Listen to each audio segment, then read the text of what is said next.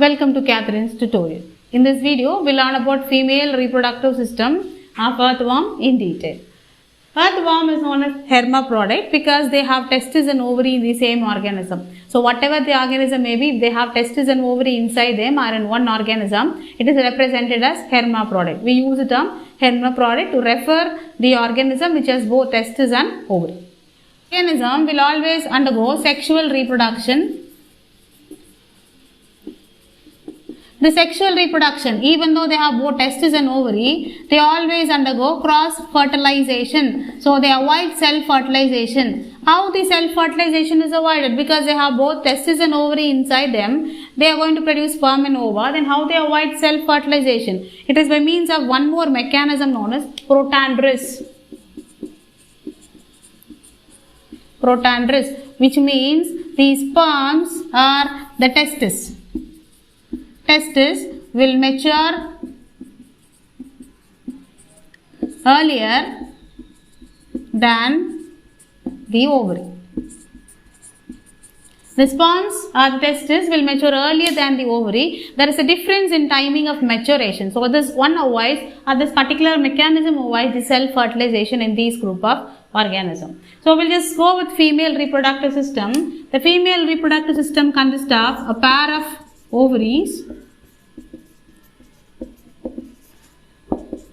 and oviducal funnel, oviduct and female genital aperture. So when we compare the structure of male reproductive system and female reproductive system, you can able to find number of differences because the system consists of very simplified structure in case of female, but in case of male, it has consists of more structures. Okay, we'll just draw a diagram so that you can able to understand it better. So we'll go with the diagram.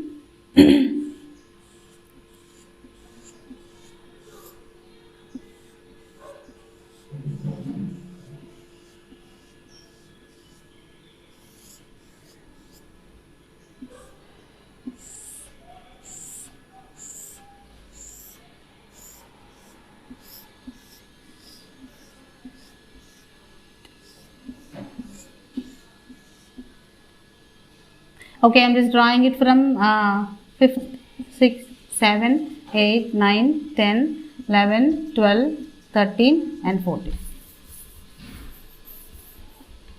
We'll just make it somewhat bigger so that you can able to see the structure better. So I was drawn the segments from 5 to 14 here.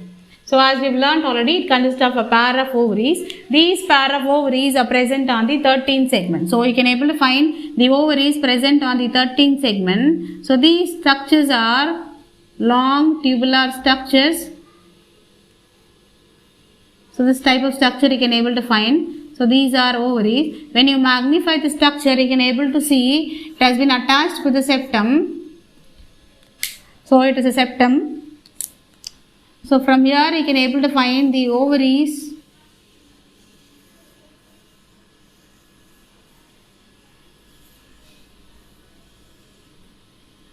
are to the structures. Okay. So inside the ovary you can able to find ova at different developmental stages.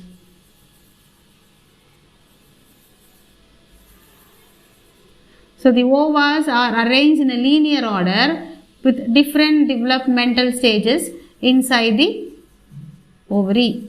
So these are ova at different developmental stages and this is septum. So below this ovary you can able to find a small funnel like structure opens here. A small funnel-like structure opens below the ovary and they form a long tubular structure that opens on the 14th segment. You can able to find the opening of this particular structure on the 14th segment and these are nothing but a tubular structure present below the ovary. So this funnel-shaped structure is known as oviducal funnel. Oviducal funnel and this structure is known as oviduct and this opening is known as female genital opening. female genital opening. This female genital opening opens mid-ventral. It is on the mid-ventral region. Imagine if this is a segment of organism, it opens on the mid-ventral region.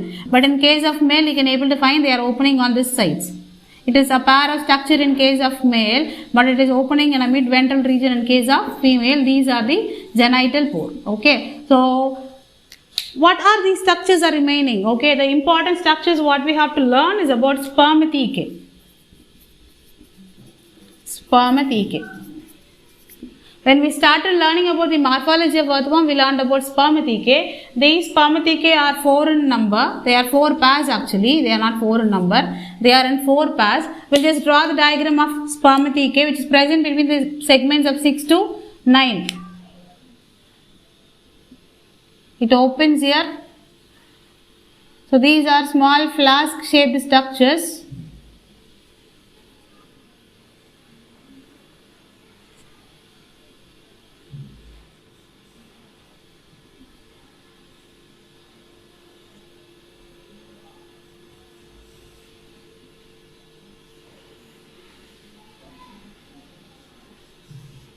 So you can able to find these spermathecae.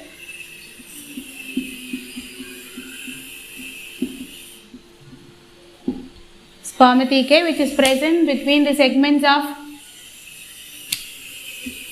5 to 6, 6 to 7, 7 to 8 and 8 to 9. Okay, it is on the intersegmental region. You can able to find them between 5 to 6, 6 to 7, 7 to 8, 8 to 9. So they are present on the intersegmental region.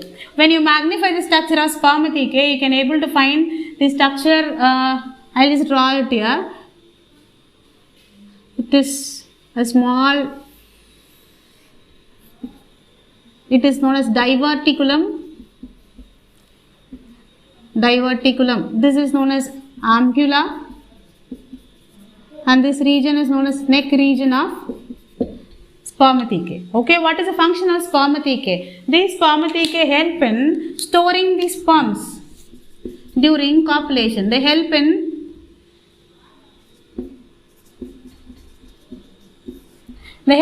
storing the sperm during copulation or during cross fertilization. Okay. So if you learn the structure of this reproductive system, it is not only reproductive system, whatever structure it may be, when you learn it along with the diagram, it makes your learning very easy. So try to draw a diagram even though you are not good in diagram. Even though you are not good in drawing, so try to draw a diagram and then start learning about the like structures. What are they? What are the structures are present? What are the functions done by those structures? If you start learning in this way, this will make your learning very easy. By the next video, we'll learn about the morphology of cockroach in detail. Thank you.